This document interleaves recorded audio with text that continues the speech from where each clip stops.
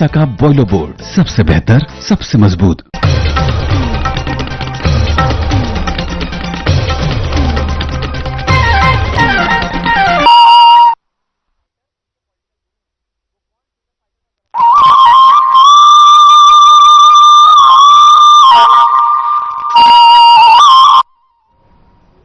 नमस्कार, स्वागत है आपका और मैं हूं आपके साथ सपना दीपक मदेशिया। बुलेटिन का आगाज करेंगे पाकिस्तान पर भारत की जीत की याद में 16 दिसंबर को मनाए जाने वाले विजय दिवस समारोह में शहीद सैनिकों की वीरांगनाओं और उनके आश्रितों को सम्मानित किया जाएगा, जिसकी जानकारी देते हुए जिला सैनिक कल्याण अधिकारी मेजर करण सिंह रावत ने बताया कि प्रशासन की ओर से मुख्यालय पौड़ी में विभिन्न कार्यक्रम आयोजित होंगे। वहीं उन्होंने बताया कि विजय दिवस भारतीय सेवा के शौर्य और अद्वितीय पराक्रम की याद में मनाया जाने वाला समारोह है।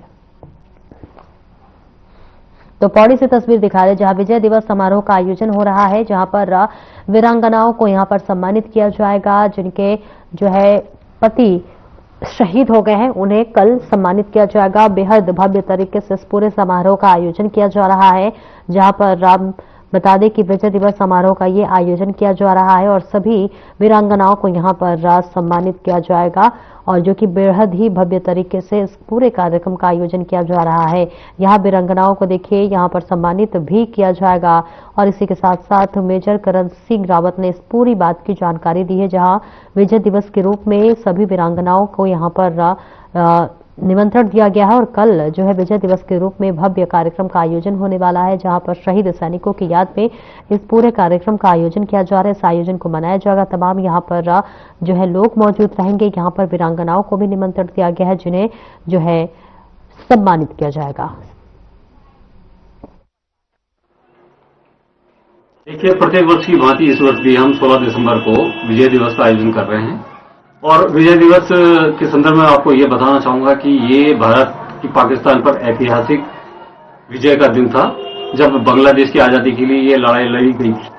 और आज हमें मौका मिलता है तो हमारे जो 1971 के जिन लोगों ने उस युद्ध में प्रतिभाग किया था, जो आज जीवित हैं, ये जो उसमें वीर गति को प्राप्त हुए थे, तो इस अवसर पर हम उन लोगों को सम्मानित करते हैं और इसमें जनपद स्तर पर सभी लोगों की सहभागिता होती है। जिला प्रशासन की मदद से इसको आयोजन किया जाता है, जिसमें स्कूली बच्चों का भी प्रतिभाग किया जाता है, जिसमें सांस्कृतिक कार्यक्रम के अलावा जो हमारे 1971 के जीवित वीर सैनिक और वीर नारियां हैं, उनको सम्मान यहाँ पे दिया जाता है।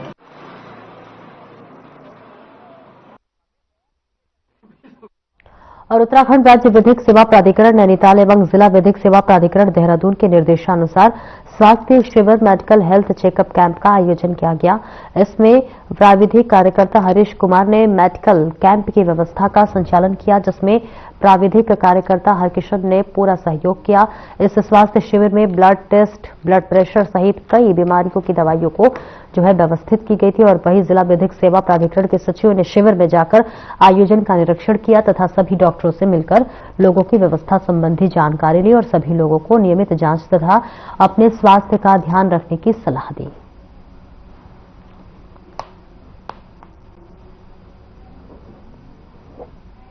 विकासनगर से तस्वीरें दिखा रहे जहां मेडिकल हेल्थ चेकअप का भी आयोजन किया गया है, जहां डॉक्टरों ने सभी की स्वास्थ्य से संबंधित जानकारी ली है, जो कि बेहद ही एक सराहनीय पहल भी माना जा रहा है। जहां पर देखिए हेल्थ चेकअप के कैंप का आयोजन रखा हुआ है। वैदिक जागरूकता शिविर है और इस शिविर का आयोजन देखिए समय समय पर कराया जाता है, जो कि सरकार की एक अच्छी पहल है, जहां पर तमाम बीमारियों के चेकअप भी किए जा रहे हैं, जहां पर डॉक्टर से भी स्वास्थ्य संबंधी यहां पर जानकारी ली जा रही है, जो भी यहां पर डॉक्टर मौजूद है। और देखिए यहां पर ये शिविर हर साल लगाया जाता है, जो कि सरकार की एक अच्छी पहल भी मानी जा रही है।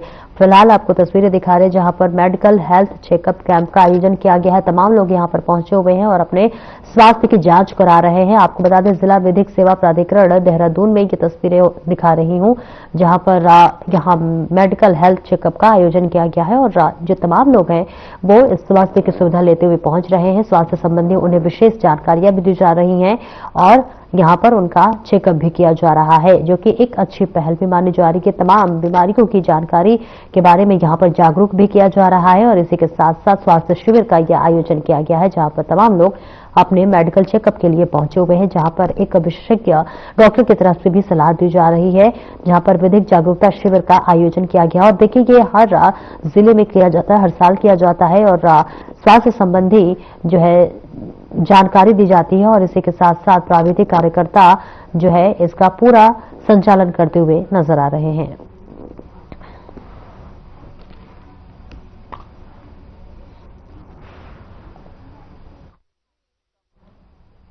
और वहीं आपको बताते चले कि इस समय पछुआ दून यमुना नदी में खनन पट्टे आलोट हो रहे हैं, जहां पर हाई कोर्ट ने यमुना नदी में मशीनी खनन पर रोक लगा रखी है, जिस पर डिप्टी सीएम ने जो है कार्यवाही की है और डीएम के कार्रवाई के बाद उन्होंने खनन करने पर यमुना नदी में लगे जेसीबी, पोकलैंड आदि मशीनों को भी हटाया दिया है। वहीं आपको बता दें कि यमुना नदी के डाक पत्थर बैराज पर एक खनन पट्टा आवंटित हो रखा है। यहां से ओवरलोड ट्रैक्टर ट्रॉली खनन करके निकल रहे हैं, जिस पर प्रशासन कोई ध्यान नहीं दे रहा है। वहीं इसको लेकर जन संघर्ष मोर्चा के पिन्नी शर्मा ने कहा है कि आए दिन इन ओवरलोड ट्रैक्टर ट्रॉली से दुर्घटना का खतरा बना हुआ है, लेकिन प्रशासन चैन की नींद सो रहा है।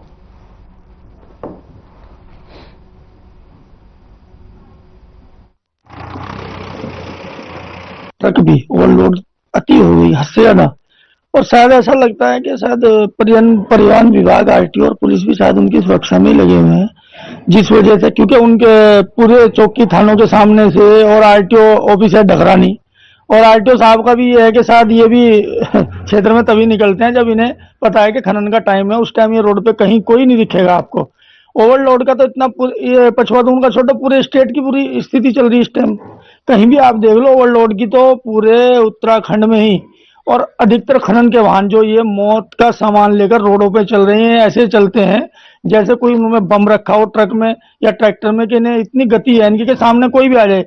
उस टाइम ये इनके सामने अगर कोई आ गया तो ये ब्रेक भी लेंगे उसके बाद भी, और ये आदमी को मारेंगे ही मारेंगे।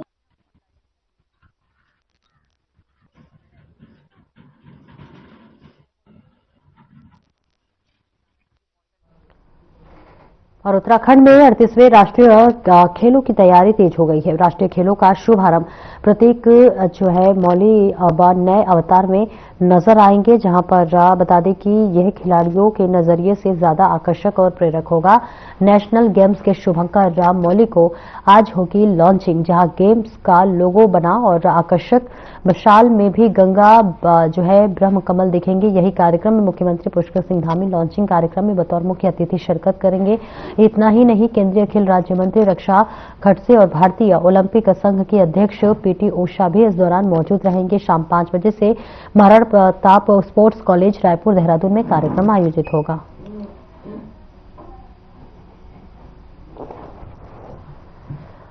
तो तस्वीरें आपको दिखा रहे हैं जहां महाराणा प्रताप स्पोर्ट्स कॉलेज में कार्यक्रम का आयोजन होगा। सीएम धामी कार्यक्रम में शिरकत करेंगे, जो कि खिलाड़ियों का भी देखिए उत्साह बढ़ाते हुए नजर आएंगे। ये पूरा कार्यक्रम महाराणा प्रताप स्पोर्ट्स कॉलेज में किया जा रहा है, जहां पर कई दिनों से तैयारी चल रही थी और अब जो है इसका भव्य आयोजन होगा, जहां खुद सूबे के मुख्यमंत्री पुष्कर सिंह धामी यहां पहुंचेंगे। शुभंकर मौली की जो है आज लॉन्चिंग होने वाली है और अब जो है इसके लिए तमाम खिलाड़ियों ने, तमाम प्रतिभागियों ने इसमें अपना नाम दर्ज करवाया है और अब इसका पूरा भव्य रूप से आयोजन किया जाएगा।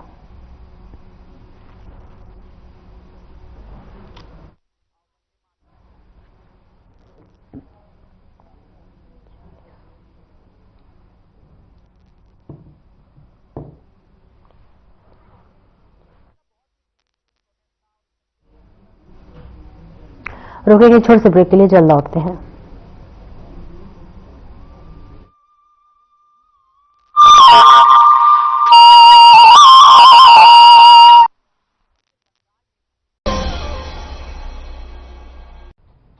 नमस्कार, स्वागत है आपका और मैं हूं आपके साथ सपना दीपक मदेशिया। बुलेटिन का आगाज करेंगे एशिया के सबसे बड़े बांधों में शुमार टिहरी झील।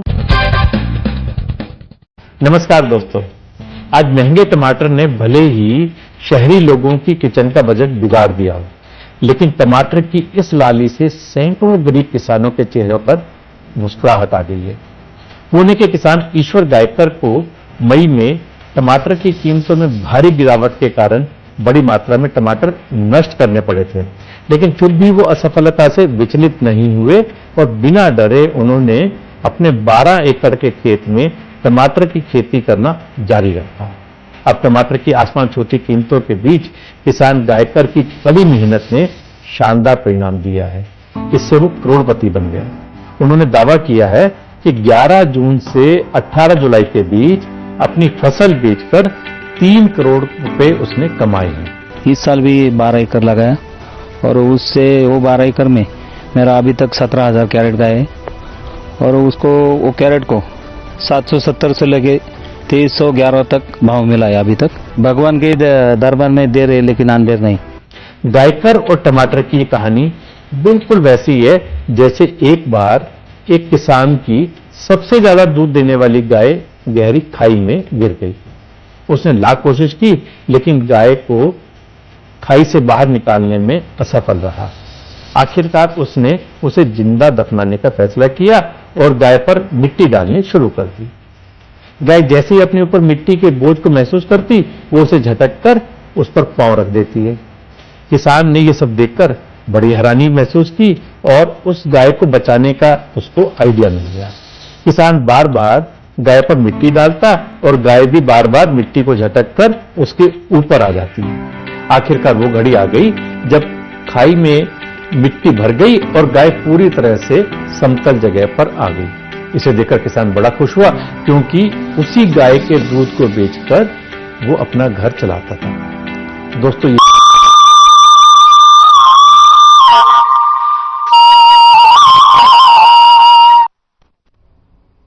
और ब्रेक के बाद एक बार फिर से स्वागत है आपका बढ़ते खबरों की ओर, जहां हरिद्वार जिले में ड्रग इंस्पेक्टर अनीता भारती की अपील पर एक नई पहल शुरुआत की गई है। आपको बता दें कि मेडिकल स्टोर संचालकों ने अपने स्टोर्स के बाहर पेड़ लगाने की शुरुआत की है और ये कदम पर्यावरण संरक्षण और हरियाली को बढ़ावा देने के लिए उठाया गया है। और वहीं ड्रग इंस्पेक्टर अनीता भारती ने कहा है कि पेड़ न केवल पर्यावरण के लिए बल्कि हर व्यक्ति के लिए अत्यंत आवश्यक है और यह हर नागरिक की जिम्मेदारी है कि वे अपने आसपास हरियाली बनाए रखें।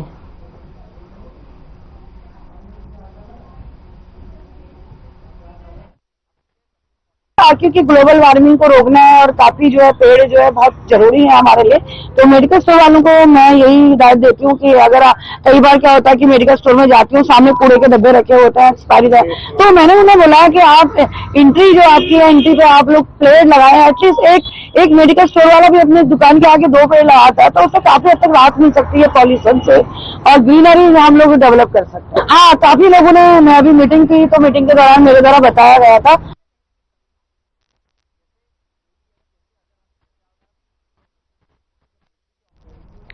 और Mussoorie fragrance and flowers institute ने इंटरप्यूरल इंटर्नशिप कार्यक्रम का आयोजन किया है और इस कार्यक्रम में प्राकृतिक फूल पौधे और औषधीय पौधों से बने साबुन और अन्य उत्पादों की जानकारी दी गई। वहीं इसके लाभ के बारे में भी बताया गया। आपको बता दें कि इस मौके पर हिमालयन साहसिक संस्थान के अध्यक्ष पूर्व डीआईजी एसपी चमोली को उनकी उपलब्धियों के लिए प्रकाश दुग्गल चैरिटेबल सोसाइटी की ओर से पहले लाइफ टाइम अचीवमेंट अवार्ड और गोल्ड मेडल से सम्मानित किया गया। ये कार्यक्रम हिम सुरभि अरोमा म्यूजियम के सभागार में आयोजित किया गया। कार्यक्रम का मुख्य अतिथि पूर्व डीआईजी एसपी अमोली और डॉक्टर ज्योति मारवा ने दीप प्रज्वलित कर किया। आज प्रोफेसर डॉक्टर ज्योति मारवा की ओर से doctor Om Prakash Duggal charitable society की तरफ से मुझे लाइफ टाइम अचीवमेंट अवार्ड का प्रस्तुति की गई। असल में ये यहाँ पर जो सोसाइटी है एक ऐसे महत्वपूर्ण कार्य को कर रही है जिसका कि हमारे पूरे उत्तराखंड के लिए बहुत ही आवश्यक है जानना। सबसे पहले ये यहाँ के जितने भी प्लांट्स हैं उनसे एडिबल ऑयल से लेकर के और उसके लिए जो अनेक प्रकार के तेल निकाल रहे हैं, ऑयल निकाल रहे हैं और वो जो है एक बहुत बड़ी इंडस्ट्री के रूप में होता है, लेकिन उसका अभी तक महत्व लोग नहीं समझ पाए हैं। हमारे लिए तो ये बहुत सौभाग्य की बात है कि एसपी चमोली सर आए हैं और हमको एक अपॉर्चुनिटी मिली है कि हमने अपना first life time achievement award अपनी सोसाइटी की तरफ से उनके ऊपर कन्फर किया है। Doctor Om Prakash Duggal gold medal and citation. और इससे हमको सिर्फ मुझे इंस्पिरेशन क्या, मेरे तो अब जो मैंने सीखा, मैं तो चाह रही हूँ कि दूसरों को मैं सिखाऊं। इसीलिए जो मेरे इंटर्न्स हैं उनको मैंने आज इसीलिए ऑनर किया है सर के सामने कि सर की कि एक्सपीरियंस से वो कुछ सीख के आज निकलेंगे, क्योंकि 45 डेज से उनकी इंटर्नशिप चल रही थी और आज वो कंप्लीट हो गई है और वो अब यहाँ से जब निकलेंगे वो अपना बिजनेस एंटरप्रेन्योर्स बनेंगे। इसमें प्रकृति के बारे में बताया गया है, जैसे फूल, और मैम जो यहाँ पे काम कर रही है प्रकृति के ऊपर, तो उसी विषय में वो गाना बनाया गया है कि हम फूलों से किस तरह से हम फूलों से और इन पत्तियों से, अखरोट के जो छिलके हैं उनसे, जो बेसिक जो चीज जैसे पहाड़ों में अखरोट हो गया और बैम्बू हो गया और बहुत सारी टिमरू हो गया, इन चीजों से हम जैसे बहुत सी प्राकृतिक चीजों से हम यूजफुल चीजें बना सकते हैं, तो इसी के ऊपर ये गाना बनाया गया है।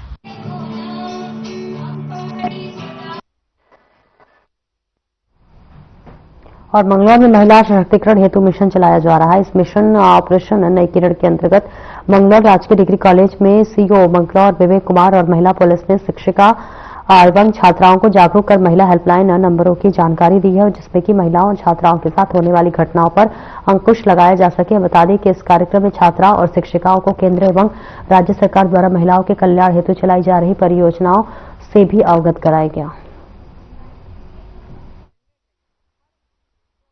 ये आज डिग्री कॉलेज में जो छात्राएं हैं उनके साथ एक इंटरेक्शन किया गया, जिसमें महिला अपराध, महिला सुरक्षा, नशा, साइबर क्राइम और विभिन्न पहलुओं पर इसमें बात की गई और छात्र छात्राओं को इस बारे में जानकारी दी गई और जानकारी को लेकर इंटरेक्शन अभी संपन्न हुआ है। एक अच्छा माहौल में एक अच्छा इंटरेक्शन हुआ है और हम यह उम्मीद करते हैं कि जो भी बिंदु हमारे द्वारा यहाँ पर बताए गए हैं उनका अमल जो है बच्चे लाएंगे और एक सुरक्षित माहौल जो है हम सबके लिए यहाँ पर एक्सपेक्ट करेंगे। हमारे कॉलेज राजकीय महाविद्यालय मंगलौर में सीओ साहब और पुलिस अधिकारी डिपार्टमेंट से बहुत से अधीक्षक आए थे और उन्होंने हमें महिला सशक्तिकरण के बारे में बहुत कुछ जानकारी दी। हमें बहुत ही महत्वपूर्ण जो नंबर बताए 112, जो हमें हर तरीके से हेल्प करेगा, चाहे वो किसी भी क्षेत्र में को लेकर हो। और एक नंबर बताया हमें 1930, जो हमारे साइबर क्राइम से रिलेटेड है। उसमें हमने जैसे साइबर फ्रॉड होते हैं वो सारे क्राइम से अगर हमें किसी भी तरीके में हेल्प चाहिए तो हम 1930 को फोन कर सकते हैं। इवन आप जा रहे एक छोटे से ब्रेक के लिए रुकेंगे, चल लौटते हैं।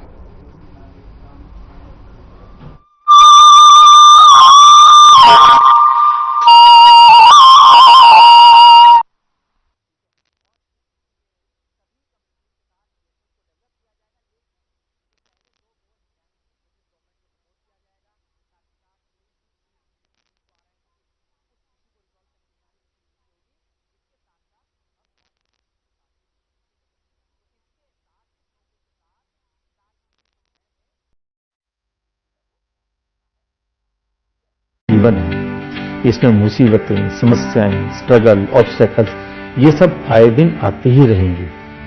जरूरत इस बात की है कि हम उनसे मुंह मोड़ने की बजाय ईश्वर पर यकीन रखें, पुरुषार्थ करते रहें और डट कर परिस्थितियों का मुकाबला करते रहें। किसी ने ठीक ही कहा है, कोशिश के कदम हर बार बहुत भारी रखो। कोशिश के कदम हर बार बहुत भारी रखो, जब तक जीत न जाओ। एक्शन टेसा का HDHMR बोर्ड चाहिए। वो हरे बोर्ड निकाल दे भाई।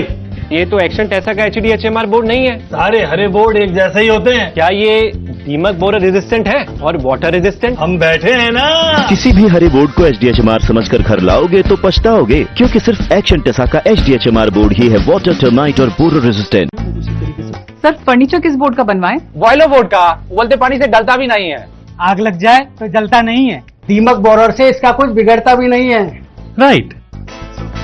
एक्शन टेसा का बॉयलर बोर्ड है फायर रिटार्डेंट, बॉइलिंग वाटर और borer termite proof. Action Tesa का बॉयलर बोर्ड सबसे बेहतर, सबसे मजबूत। एक्शन टेसा का HDHMR बोर्ड चाहिए। वो हरे बोर्ड निकाल दे भाई। ये तो एक्शन टेसा का HDHMR बोर्ड नहीं है। सारे हरे बोर्ड एक जैसे ही होते हैं। क्या ये दीमक बोरर रेजिस्टेंट है और वाटर रेजिस्टेंट? हम बैठे हैं ना। किसी भी हरे बोर्ड को HDHMR समझकर घर लाओगे तो पछताओगे, क्योंकि सिर्फ एक्शन टेसा का HDHMR बोर्ड ही है वाटर, टर्माइट और बोरर रेजिस्टेंट। सर फर्नीचर किस बोर्ड का बनवाएं? बॉयलर बोर्ड का, उबलते पानी से डलता भी नहीं है। आग लग जाए तो जलता नहीं है। दीमक बोरर से इसका कुछ बिगड़ता भी नहीं है। राइट। एक्शन टेसा का बॉयलो बोर्ड है फायर रिटार्डेंट, बॉइलिंग वाटर और borer termite proof. Action Tesa का बॉयलो बोर्ड, सबसे बेहतर, सबसे मजबूत।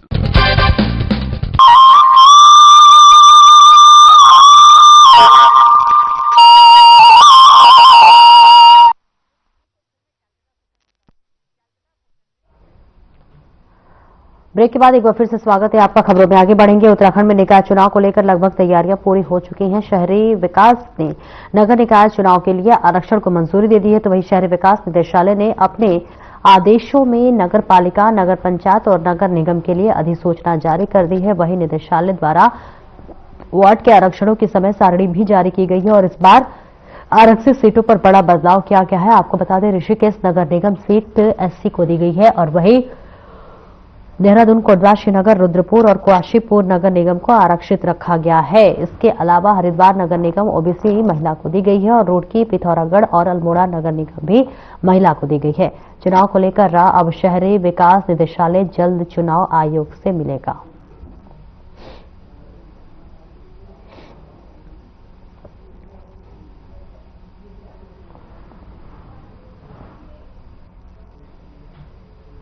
और वहीं उत्तराखंड में जल्द ही निकाय चुनाव होने वाले हैं। इन चुनाव की तैयारियों में राजनीतिक दल जुट गए हैं और इस बीच आरोप प्रत्यारोप का सिलसिला भी जारी है।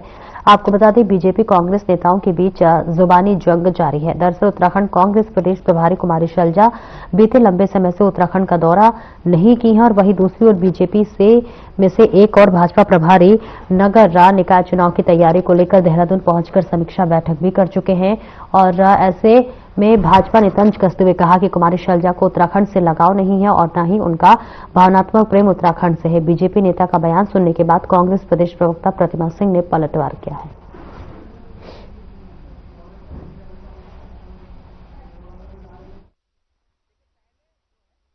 देखिए, कांग्रेस की अगर हम बात करें तो कांग्रेस की प्रदेश की प्रभारी हमेशा उत्तराखंड से नदारद रही है। कभी भी उनकी भावनाएं इस प्रदेश से नहीं जुड़ी, कभी भी उनका विशेष लगाव इस प्रदेश से नहीं रहा। उन्होंने अपने प्रदेश के चुनाव को ही बहुत ही हल्के में लिया और वहां पर जिस तरीके से सिर्फ उतावल रही तो वहां पर आप नतीजा देख चुके हैं और उत्तराखंड के अंदर भी वही नतीजा रहा। तो देखिए, बिल्कुल मुझे लगता है ये बात बिल्कुल गलत है और ये देखिए, कल जिस तरीके से भारतीय जनता पार्टी में उथल पुथल मची है, तो मुझे लगता है भारतीय जनता पार्टी के जो प्रवक्ता है या जो नेता है, उन्हें अपनी पार्टी में सब कुछ ठीक करने की कोशिश करनी चाहिए।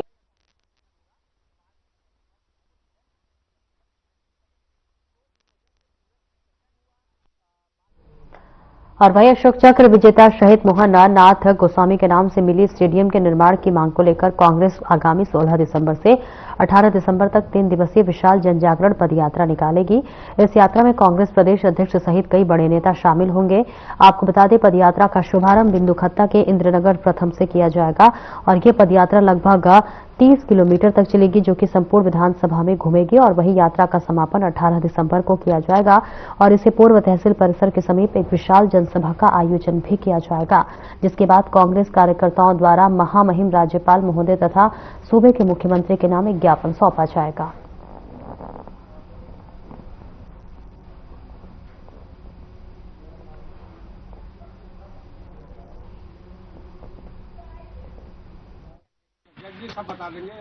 हम लोग सब कांग्रेस वाले मिलकर करते हैं, जिसमें हमारे प्रदेश अध्यक्ष श्री कर्ण मेहरा भी आएंगे।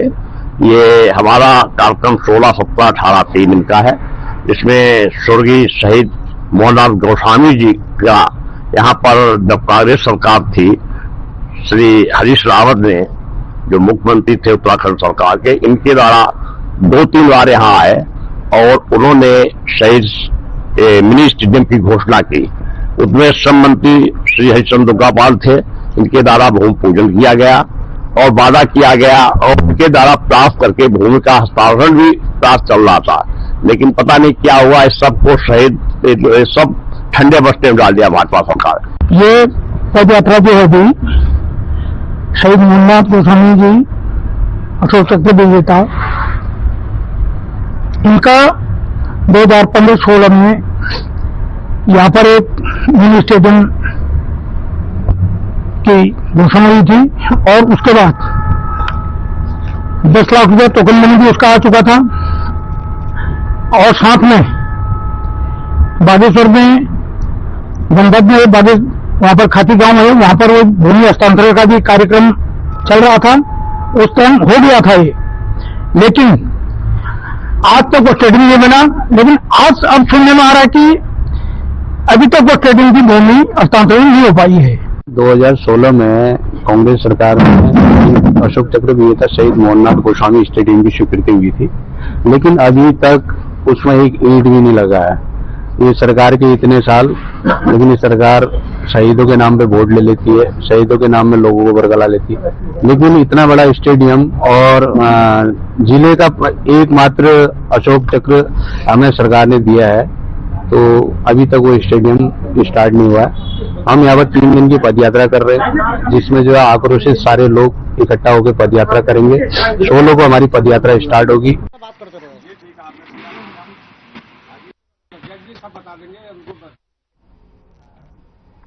इस बुलेटिन में फिलहाल इतना ही। दीजिए इजाजत। नमस्कार।